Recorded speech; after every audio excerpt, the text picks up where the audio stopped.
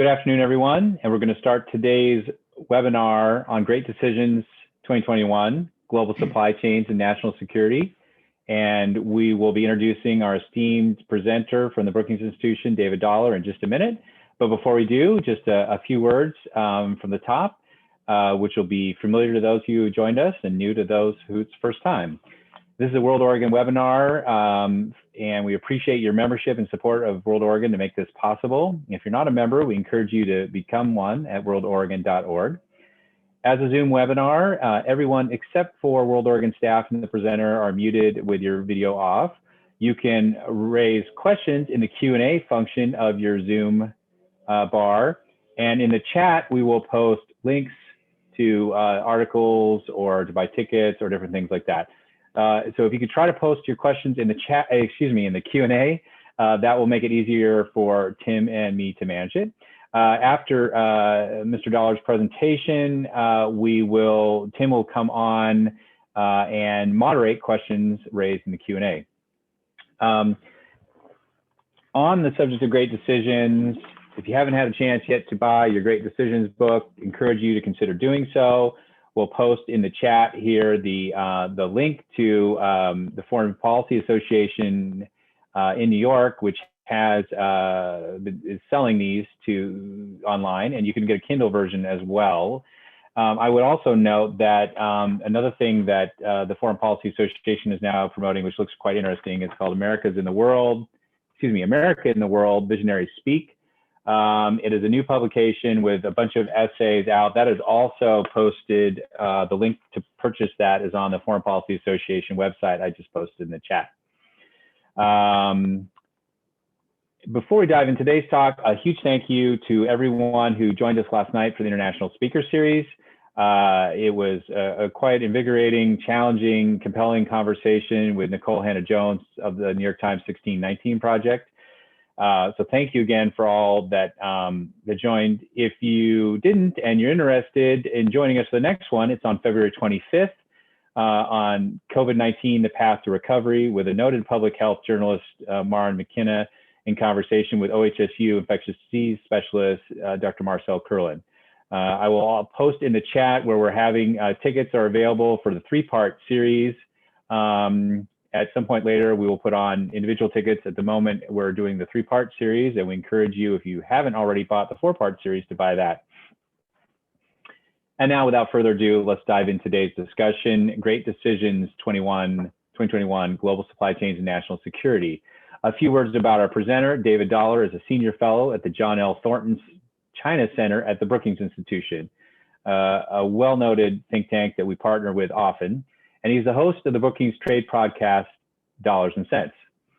In fact, he was just saying as we were preparing for this that he's had on his podcast before the Reed College professor, Kimberly Clausing, who was just named the Deputy Assistant Secretary of Treasury under the Biden administration. Mr. Dollar is a leading expert on China's economy and U.S.-China economic relations. And he was the U.S. Treasury's economic and financial emissary to China from 2009 to 2013, based in Beijing, facilitating macroeconomic and financial policy dialogue between the U.S. and China. He's also worked for 20 years for the World Bank, serving as country director for China and Mongolia, again based in Beijing in the mid-2000s, and served in other locations in Southeast, East Asia, and other parts of East Asia. He's taught economics at the University of California, Los Angeles, UCLA, and spent a semester at the Graduate School of the Chinese Academy of Social Sciences. He has a doctorate in economics from NYU and a bachelor's in Chinese history and language from Dartmouth College. So, Dr. Dollar, it's an honor to have you with us, and the floor is yours. Well, thank you very much. It's a great pleasure to join this group via the internet, and I appreciate the kind introduction. So I'm going to talk about the evolution of global supply chains in light of the COVID pandemic, and probably more important, in light of the trade war and the tech war going on between China and the United States. So I'm going to take up four topics. First, I want to give you a little background. People are familiar with global supply chains, but I think I have a couple of statistics that might surprise you, but at least are quite important for understanding the foundation of what we're talking about. Here in Washington, there's a lot of talk about decoupling between China and the US. So I want to take that up, and that includes the idea of reshoring value chains back to the US. Third, I want to talk more generally about the technology war between the US and China. And then fourth, an undercurrent to all this is the idea that we need some kind of manufacturing renaissance in the United States. And I'll talk about what are realistic ingredients to go into a manufacturing renaissance. So let me start with some background on global value chains, global supply chains. About 2/3 of world trade now takes place within value chains that cross at least one border during the production process. And the point I want to emphasize is that almost all supply chains start with intellectual property. So the first stage in almost all the value chains is patents, brands, and designs.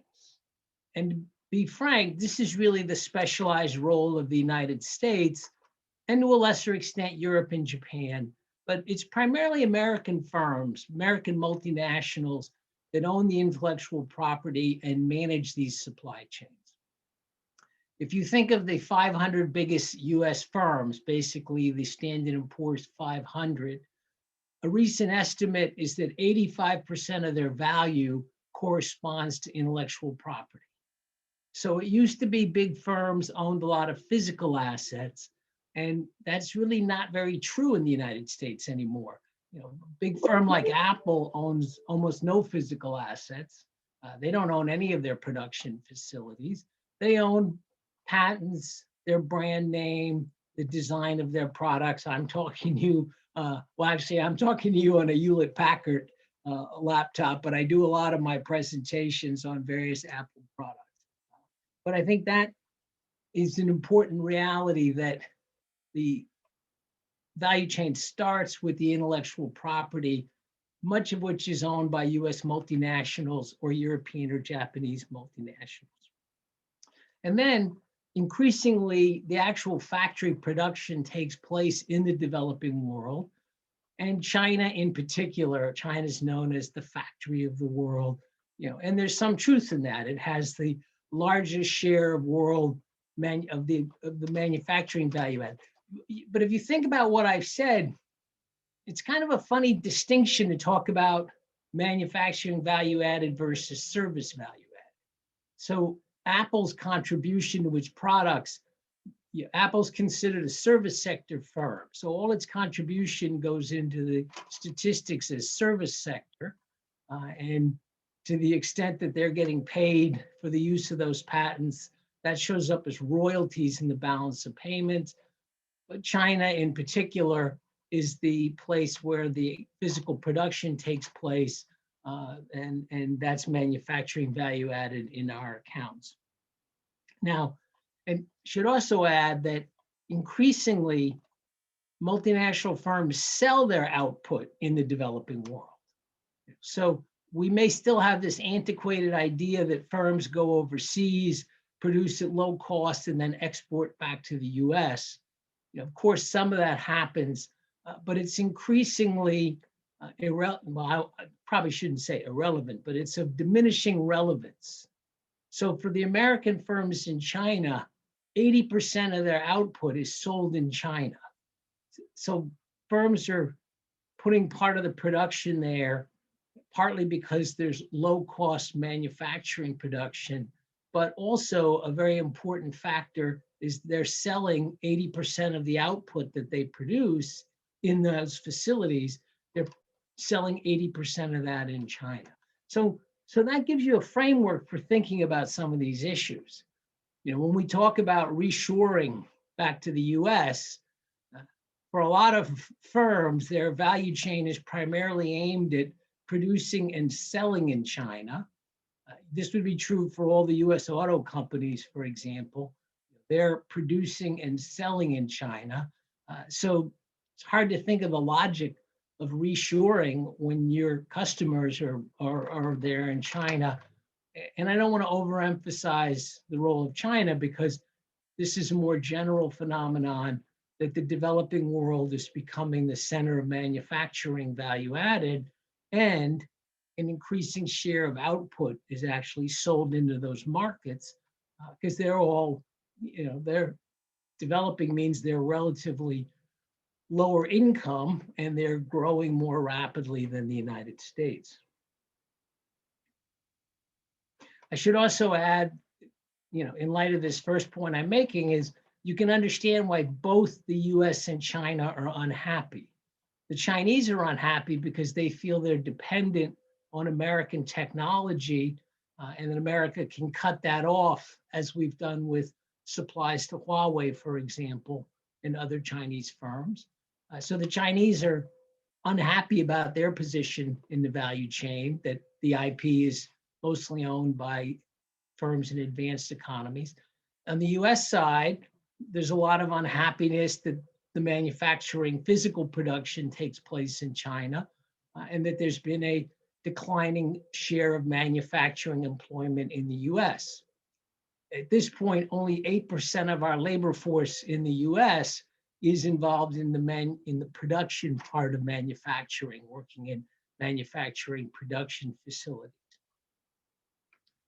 Now, the second point I want to make is that this unhappiness on the US side has reached a point where there's a lot of talk, particularly in Washington, about decoupling from the Chinese economy. And the point I want to emphasize here is when we look at the data, we don't see any progress at all. If this is an objective, we simply don't see any progress. There are various measures that have been taken to try to separate the US and Chinese economy. But the reality is that American investment into China has been booming. China hit a new high of foreign direct investment in 2020, despite the pandemic and the global recession. And Americans' investment into China has been rising. American firms are expanding. A recent survey of American firms in China asked, who was thinking of reshoring back to the United States? And the answer was 4% of firms, which is essentially nothing. Now, there has been some important changes in value chains. So in that same survey I just mentioned, I think it was about 1 in 6 firms said they were thinking of moving some of their production out of China, not to bring it back to the US, but to move to other locations, mostly lower wage locations. Because what's happened is China's been so successful that wages have risen quite rapidly in China. And so for some activities now, China's becoming a relatively expensive producer. And this has been accelerated by the tension between the US and China. The US has 25% import tariff on about half of what we import from China. And for a lot of labor-intensive products, that's quite serious. A good example would be Christmas lights. It used to be that almost all the Christmas lights Americans used came from China, but they're hit by the 25% tariff. So what happened in 2020 is the production shifted to Cambodia. Of course, it didn't come back to the United States. It's not cost effective to make Christmas lights, very simple product, not cost effective to make that in the United States. So instead, Cambodia got a boost. And most of the Christmas lights we imported this year came from Cambodia. But the Chinese are still involved in the value chain.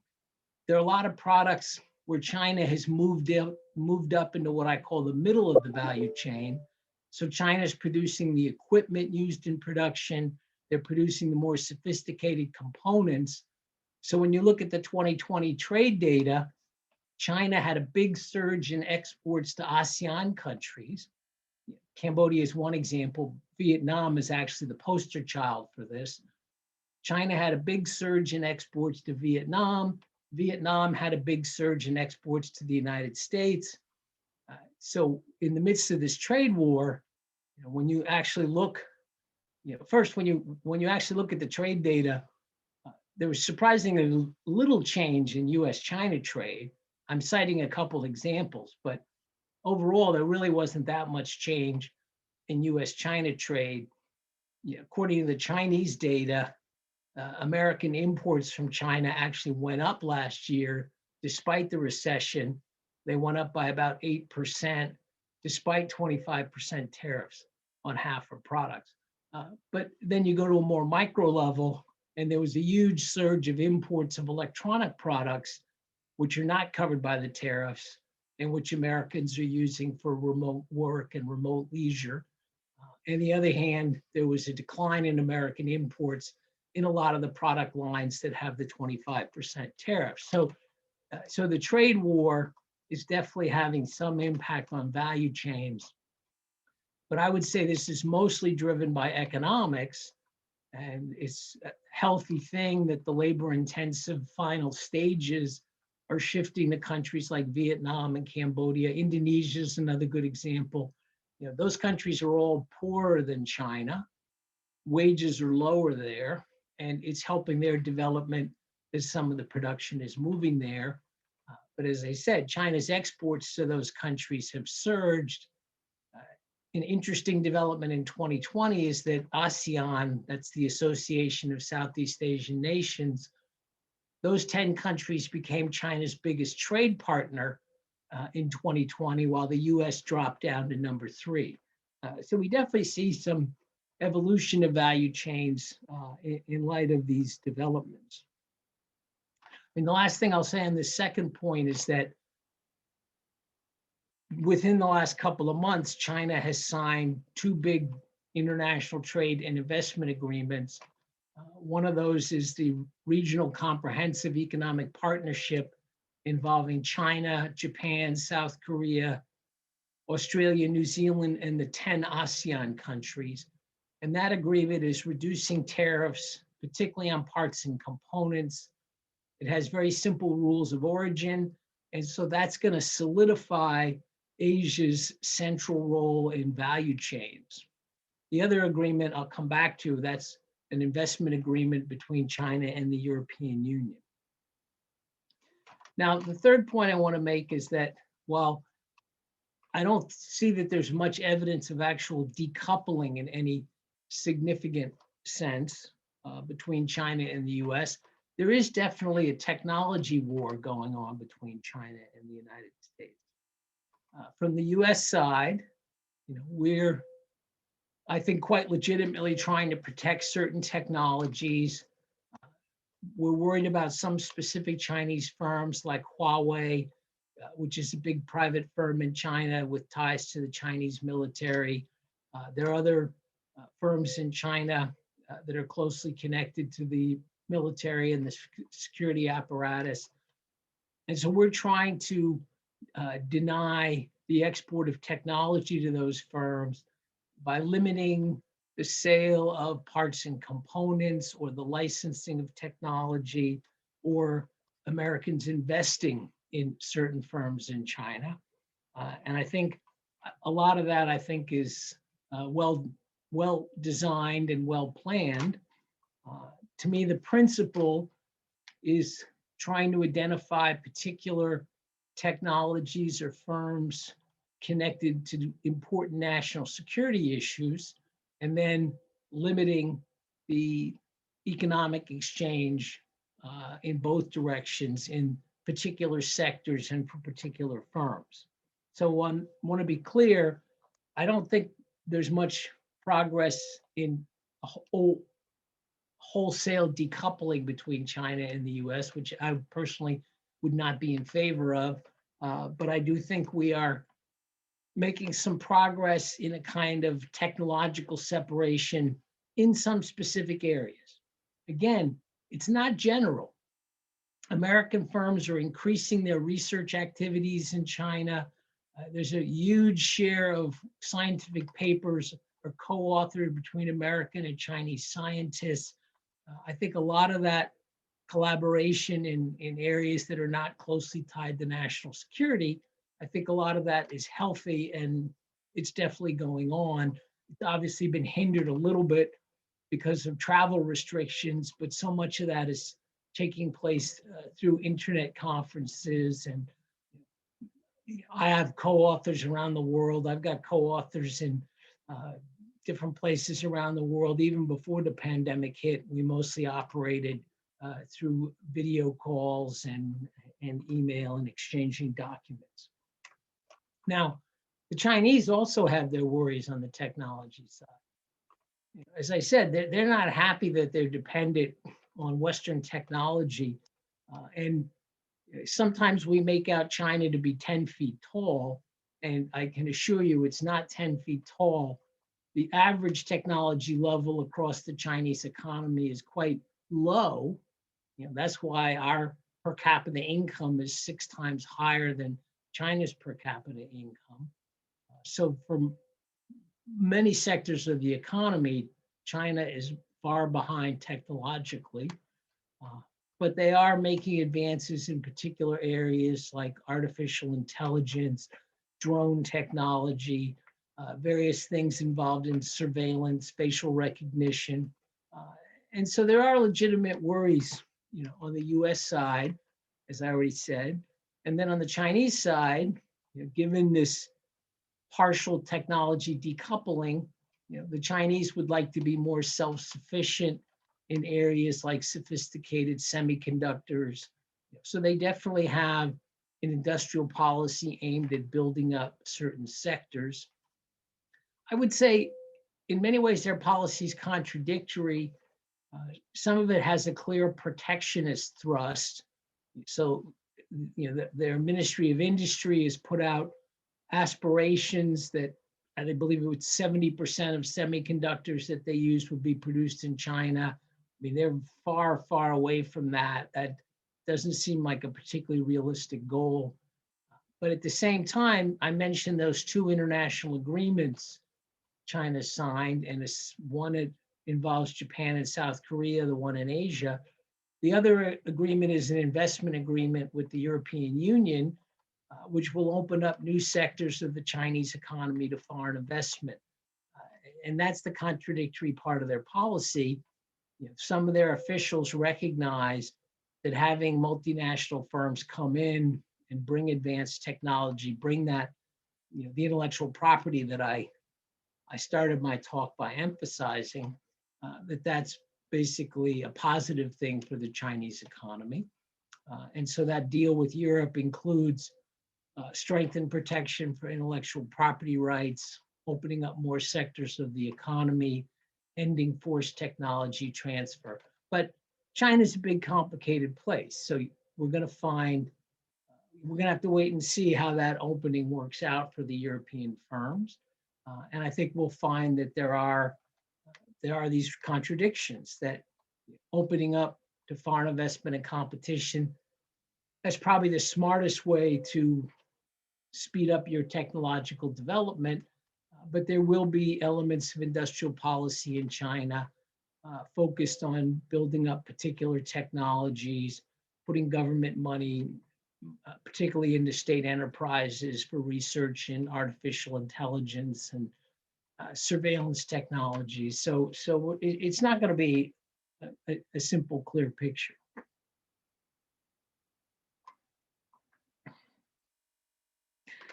Let me just sort of sum up this third part that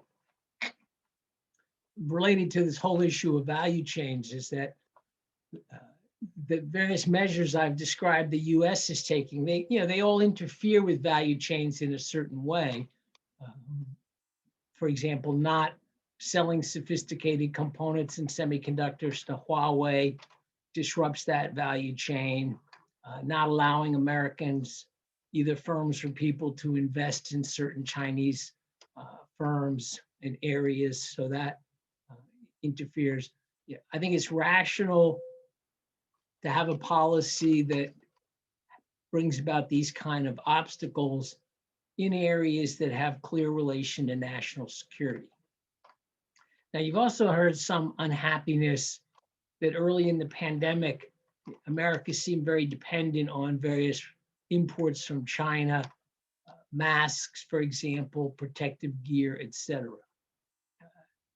I'm not convinced that that was really that much of a problem, to be honest. I think in the United States, we've had poor administration of our policies vis-a-vis the coronavirus, and now we have plenty of vaccines that are being manufactured, but we have a incompetent rollout of the actual distribution. But I understand that the pandemic has raised these general concerns about whether these are also, in a sense, national security items. And here I would say the rational thing from an economist point of view is, for the future, we probably want to have more stockpiles of masks and protective gear, respirators, et cetera.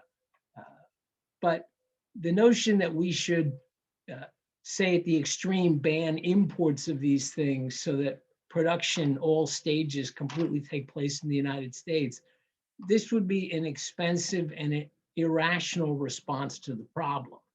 Because we don't know if it's going to be 10 years from now, we have another pandemic, or 20 years. We don't know.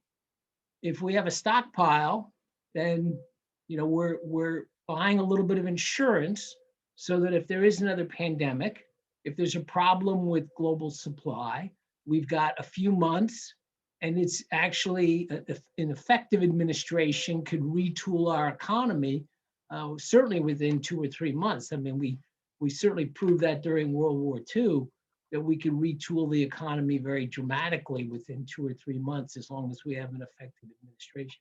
So if you think of the alternative, if you decide that simple masks are a national security item and they can only be produced in the US, then you're consigning us to expensive production in perpetuity. And what will happen is that policy won't last.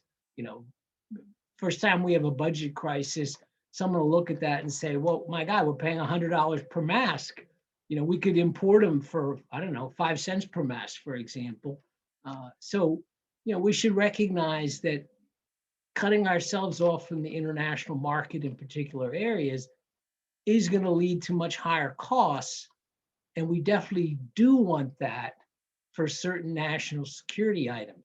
All of our defense equipment is essentially produced within the United States. We already have domestic supply chains for the equipment used by the Defense Department, the military items. So we may want to fine tune the list of what goes on that. But if we define the whole economy as a national security issue, then we're basically cutting ourselves off from the world, and our real income will go down very dramatically. Now, the last point I want to make is that I do think that the impetus behind a lot of this is the idea that we need a manufacturing renaissance in the United States. I mentioned that the manufacturing production share of the labor force is down to about 8% of the total labor force. Now, this is a worldwide trend for advanced economies, right? There's a downward trend in Germany, Japan. As people get richer, they mostly demand services, and productivity tends to be very high in manufacturing production. So we have to be realistic, but there certainly is a larger share of the labor force in Germany that's in manufacturing production. So it's realistic to aspire to have a somewhat larger manufacturing production center. But I believe strongly if we do that through import protection, that's mostly going to make us poor, and Americans will abandon it pretty quickly because it's just not a very good idea.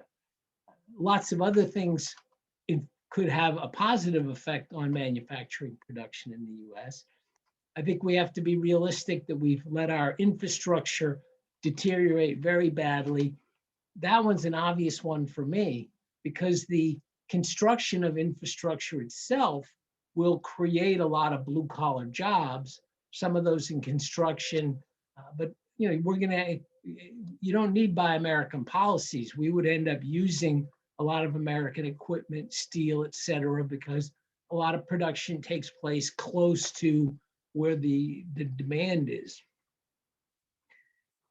Our education system is really deteriorated. On these international tests, we really do very poorly compared to most other wealthy countries, and compared to China, for example. And then, forget about South Korea. We're way behind South Korea. So we really need to do a rebuilding of our education system, I think, from pre-K, from 3-year-olds all the way up through university. One I feel strongly about is immigration. All these advanced economies, and then also China, which is not an advanced economy, but it's a big economy. Everybody's facing labor force decline because of aging of the population. The United States is the one big country that could continue to have labor force growth through immigration. And I think that that's one of the keys to economic renewal in the US. We'd spend a lot on R&D, but we could do a little bit more with incentives. You want the government to do the basic R&D, put that in the public domain, and then most R&D is actually done by private companies. And a lot of that is happening at a high level. That's why we own all the IP, but we want to make sure the incentives are still there in place. And then finally, we may have cut taxes a couple years ago, but we left a terrible distortion in the tax code. When American companies move their manufacturing production overseas or take advantage of overseas manufacturing production, we tax them less than if they produce in the United States, which is frankly crazy. So, consistent with my whole argument, I wouldn't expect a huge reshoring because of rationalizing the tax, but we should definitely rationalize the tax, because then whatever offshore production occurs would be efficient rather than being tax incentivized, which is our situation now. So I'm going to end here. I've tried to give a sense of the reality of value chains. Value chains are very complicated. There are a lot of simple products like clothing and footwear that are part of global value chains. There's the consumer electronics. Then you get into sophisticated power equipment and other industrial equipment. And then you've got items with genuine national security implications. So it's complicated because to some extent we do want to differentiate among these different categories. And I think the notion that all the result of these value chains is that the creation of technology, the research and development, and some of the more sophisticated tasks occur in the US, that's a good deal for us. And on the other hand, manufacturing production tends to take place in China and other countries. That's actually a good deal for them at their stage of development. But there are particular technologies where we're going to want to try to protect ourselves and prevent these kind of value chains from disseminating the technologies internationally. So I'll stop here and look forward to a lively question and answer period. Great, thanks, David. This is Tim DeRoche, Director of Programs for WorldOregon. We're going to dive right in. We're getting some great questions from participants. Since you ended there on the question about technology, pardon me, can you speak to the success of Chinese firms competing against Google, Amazon, and Facebook, and how their success supports China's technology aspiration? Yeah, that's a great question. Those firms have developed in areas that have what we call network externalities. So I'm not on Facebook and I don't quite understand how it works, but I have a rough sense. And I think the part of the value of it is it's got so many users worldwide, right? That if you're in, if you want to connect with people in different ways, that's a huge pool. If you could imagine kind of breaking it up into hundreds of different little pools, that would be less satisfying for the people using it.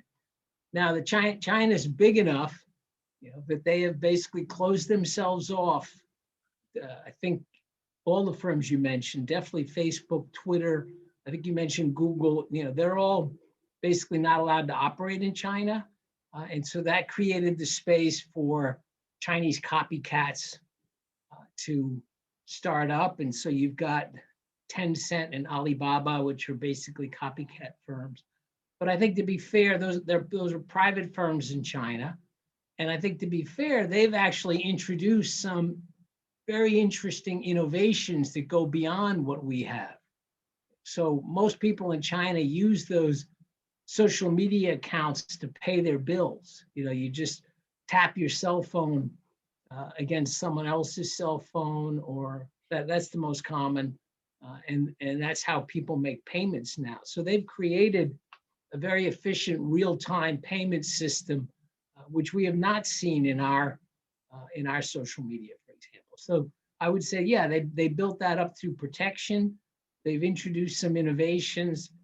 They could do it because they're so big that, in a sense, you're not connecting with the world, of course, but you're connecting with 1.3 billion Chinese people. I don't think any other country, perhaps India, but I don't really think any other country can get away with that. So, we hear U.S. administrations threaten and act quote unquote tough with China. All the while, our large companies are investing and trading with Chinese interests. Can you explain how two such different approaches coexist? Well, investment is primarily driven by the profit motive. China is the second largest economy in the world, and this pandemic has accelerated their rise. So think of the US as basically a $20 trillion economy, and China is a $15 trillion economy. So that's 75% of us. But they're going to grow at 8% this year. A little bit of that is bounce back, but they'll settle into growing at about 6%. To be honest, most economists think the US will struggle to grow at 2%. We'll do probably well in 2021 because of this big stimulus, which I support, and people have saved a lot during the pandemic. Yeah, but that's bounce back. Once the headache settles in, that the hangover settles in from the big stimulus, I don't really know any economists who think we'll grow faster than 2. And so that just means that the market's growing faster in China. It'll soon be bigger than the US market and growing faster. So if you're a simple way to think about it, if you accept that our big firms, mostly exist off their intellectual property, once you've invented a product, like the iPad or a particular quality of car, Tesla's a great example. Once you've invented something, if you can exploit that in the Chinese market, you're more than doubling the value of your invention. So for firms, China is the future, and being connected. Pharmaceuticals is another good example. Our pharmaceutical companies, they make so much profit in China that funds their research back here, right? So the positive case is that, if we want the medical establishment to be inventing new treatments and cure cancer and do all kinds of wonderful things, then having a global economy will accelerate that. But China is really the only potential threat to the United States that I see out there. They have the second biggest military. They have human rights abuses in Xinjiang, Hong Kong. So I want to paint a very accurate picture. We have real issues with China, and it makes sense. We're left with a set of choices, I guess. There are hawks in Washington who think China is such a threat that we want to completely cut ourselves off and forget about all those benefits I mentioned. They're worried China is going to dominate the world. So they're less worried about curing cancer or dealing with climate change. To me, that's just too extreme. I think we can find a middle ground where the vast majority of goods and services do not have national security implication, and we can take advantage of these benefits I was discussing.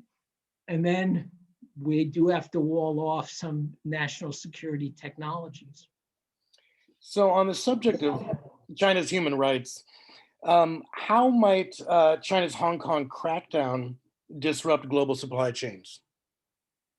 Well, Hong Kong has almost no manufacturing production anymore. It is a significant financial center. And to be honest, given the way things are going, it will probably decline as a financial center. I don't think we'll see panic departure, but what we'll see is as leases come up and staff naturally turns over, I think you'll find the big financial institutions gradually moving operations out of Hong Kong, and there's no one obvious replacement. So some will go to Tokyo, some will go to Singapore. With global communications, probably London and New York can serve all kinds of Asian needs just as well as Hong Kong, because you can find some young people who are probably willing to sit up all night trading stocks on Asian stock markets and sitting there in the East Coast of the US or the West Coast of the US. But it's hard to be optimistic. I think Hong Kong was leased to the British for 99 years, ending in 1997. I think everyone agrees Hong Kong is part of the mainland, and we're all appalled at what has happened in terms of the mainland crackdown on civil liberties. But it's hard for me to be optimistic about any scenario except Hong Kong gradually becoming like other Chinese cities. So before we started the program, we were talking about Ngozi Okonjo Iweala, who is the Nigerian economist who is poised to be the new head of the WTO, the first woman, the first African. And I'm curious, a couple parts here. Do you think that the Biden administration will support her given the Trump administration's opposition? And I'm wondering, how might her role in the WTO create opportunities to assist in resolving bilateral issues and addressing China's industrial strategies? Yeah, so she was my colleague at the World Bank. I interviewed her on my podcast, which I encourage people to listen to. So I'm a big fan of Ngozi's. I think the Biden administration will support her because the Korean candidate has dropped out. And so now I would call her the consensus candidate. So, opposing her just seems, it runs against the general spirit of what we're hearing from President Biden about working multilaterally, listening to partners. So our European, Japanese, South Korean partners, they all support her. So I think the Biden team will get on board. The WTO is a consensus organization, so it's very hard to deal with a lot of difficult issues with 160 plus members. But what I hear from her is, what you'll see on my podcast is, her priority would be first restoring the basic functionality of the WTO, where the dispute resolution mechanism has really fallen into disarray. And then there are some potentially low-hanging fruit in the sense of agreements that could be reached on, for example, environmental products. Not that hard to get everyone to agree to let environmental products in tariff-free if we can agree on a definition. But then you're going to get into more difficult issues where the four big traders in the world are China, the European Union, the US, and Japan. It would be hard to get the four of us, including China, to agree on having the WTO take on new issues, like state enterprises, forced technology transfer. More of world trade is trade in services. So there's a whole modern agenda that I think the WTO should take up, and I'm sure Ngozi will make a strong effort, but it really will depend a lot on whether those big four I mentioned, if the US can get a common position with Europe and Japan, then there's some hope of essentially pulling China into that if it's the lone major outlier. So you touched a little bit on Huawei, and I'm wondering if you could dive in a little deeper for our audience and talk to us a little bit about what the latest is on that controversy. Okay, I think you probably have to be a lawyer to thoroughly answer this question. I like to break the Huawei problem down into several components. And to me, the most important is the US has decided that it's a risk to have Huawei equipment in any of our critical infrastructure. And that seems a reasonable decision to me and a lot of our allies and partners, not all of them, but a lot of our allies and partners agree. So I think, to me, that's the easy one, is we can use our CFIUS process, the Committee on Foreign Investment in the U.S., and various trade measures to keep Huawei equipment out of critical infrastructure. What's less obvious to me is we've decided not to let our firms sell them semiconductors, and there have been some waivers. So one of my objections is, I don't exactly know where we stand right now, because we've made these very sweeping sanctions against Huawei, and then we've given waivers, and we've given to American firms, by the way, not to European firms. So the Europeans are annoyed, that we're selling stuff to Huawei and sanctioning Europeans if they try to sell stuff. And there's been so much change. I honestly don't know where we stand right at this moment. But that's not a good way to, policy toward economics that's shifting, turning on and off. That's not what business is looking for. And I think that a lot of Huawei's core business is making very simple smartphones, much technologically inferior to the two big ones, Samsung and Apple. And those are sold throughout the developing world. Lots of people in Africa use those Huawei phones. So I'm not sure the blanket cutting off of semiconductors to Huawei is really good policy. I trust the Biden administration to take a review of this. But my general point is, I think we can break down several different Huawei issues. And we've used a bit of a sledgehammer in dealing with Huawei. Probably what we need is a scalpel. So whether for cellular communication or green economy, technology requires the mining of raw materials.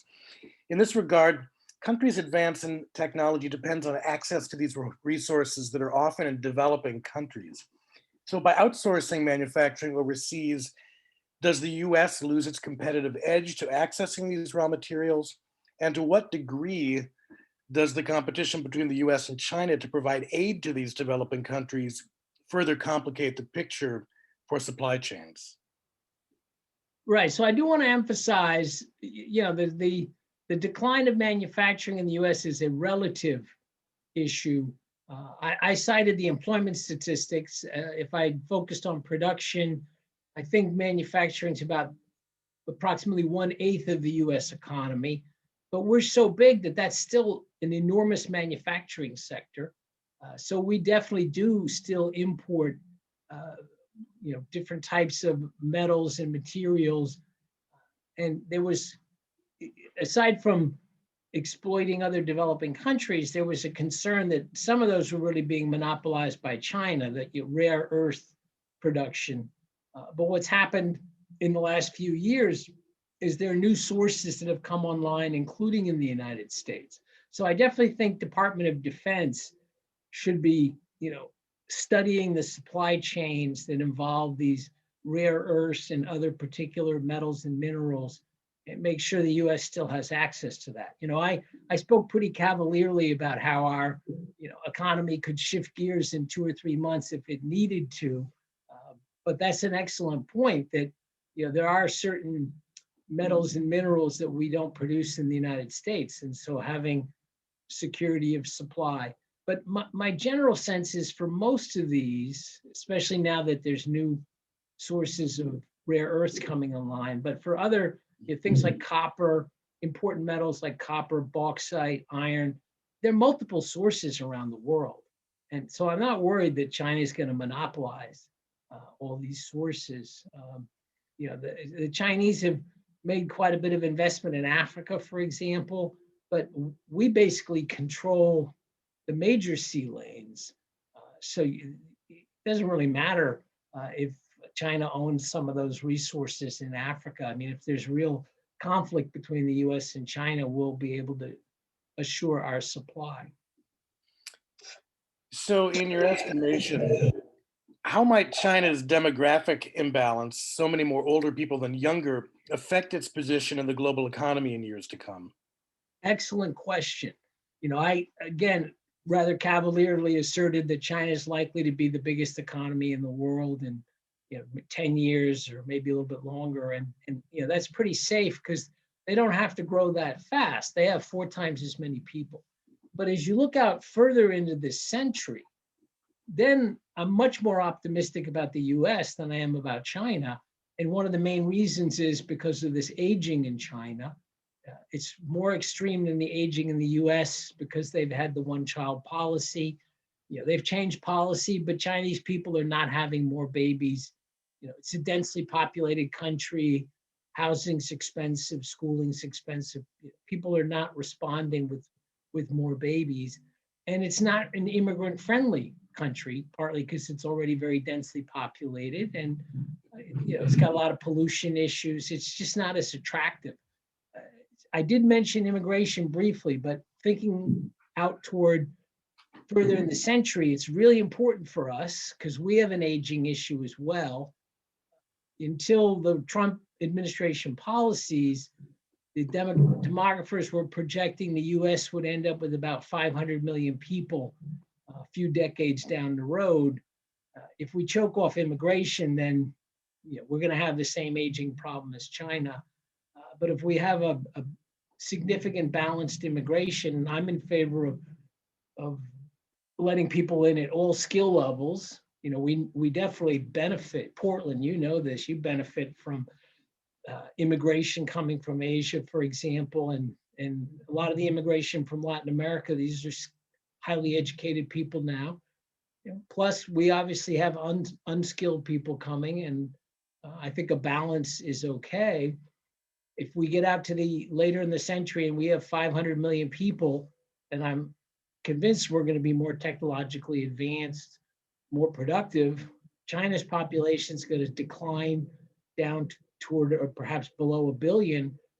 So instead of a 4-to-1 population ratio, you're looking at maybe 2-to-1. So I think later in the century, the US may reemerge as the biggest economy in the world. I'm certainly confident it can be the most dynamic and powerful. So we've got a question inevitably about Belt and Road. And how Belt and Road might have had a great impact on either US financial or foreign policy or security interests. Well, it hasn't had much effect on finance. A lot of the press talk exaggerates it. Before the pandemic hit, I estimate China was lending $50 to $100 billion per year around the world to developing countries, mostly for transport and power infrastructure. That's a significant amount for developing countries, but it's a drop in the bucket for the global financial system. You could say it was probably a challenge. The amount of Western aid has been pretty stagnant. And that's part of the reason why developing countries have turned to China. I think there are a few cases where it clearly raises national security issues. They're obviously building a close alliance with Pakistan. They're lending money to Iran, nearby Cambodia, Laos, but most of the strategic issues I can think of are very, very close to China. What just happened in Myanmar, it's tragic, but also interesting for social scientists.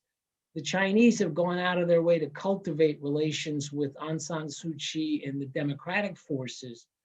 And the military that staged the coup is relatively pro-American and anti-Chinese, right? So, China is trying to use economic statecraft to, kind of tie some of these nearby countries to China. But I would say they have mixed results. India is not interested in Belt and Road. Myanmar is now, for the moment, has a military government that's hostile to China. China's got a lot of neighbors who are at odds with China. So, so I think there are definitely some national security concerns. You mentioned 3 things. The second one was national security. What was the third one? Financial, foreign policy, or security interests. Okay. Yeah, in terms of foreign policy, I don't think Americans are being honest with ourselves that China is getting significant soft power from this. Because in many places, the projects are working out fine, and China is For example, they're participating in this G20 debt service suspension initiative. So, we have legitimate worries about the debt developing countries are taking on, but China is one of the financiers that have basically put a moratorium in place during 2020 and the first half of 2021. So I think in quite a few countries, the program is building useful infrastructure, and it's not helpful for us to tell countries don't borrow from China if we're not providing an alternative, if we're not enhancing the resources of the World Bank or making these new institutions the US has set up work effectively. Then if you're a poor country where the power goes out all the time and the Chinese say, we'll build you a power station, then, not helpful for us to stand on the sidelines and say, you're a sucker. So we got one more question, I think, and then we're going to bring Derek back on. This is a little bit of inside baseball, perhaps, but has the US prohibitions on technology exports and goods and services shown up in reduced royalty payments in the current environment? Great question. So the answer is no, but those data tend to lag a little bit. I mean, the most recent I've seen are for the first parts of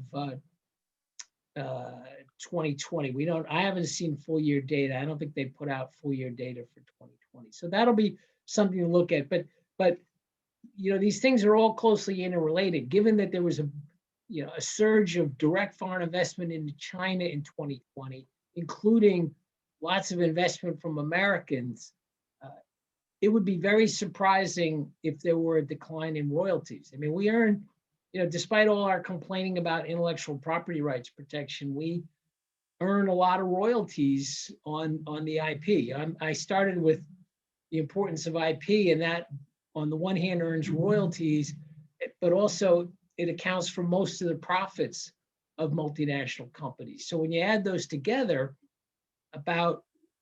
I think I estimated that about 1/5 of the profit of our Standard & Poor's 500 companies comes from overseas use of intellectual property. So that's both, that's 1/5. It's not, it's not half, it's not 80%, but that's a pretty significant number.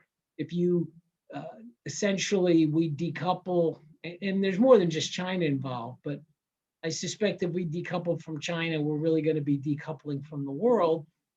Innovation is going to be less remunerative. It's going to be less attractive, and we will get less innovation. It's very predictable. Great. Well, thanks for that, David. I'm going to bring Derek back on to take us out into the day.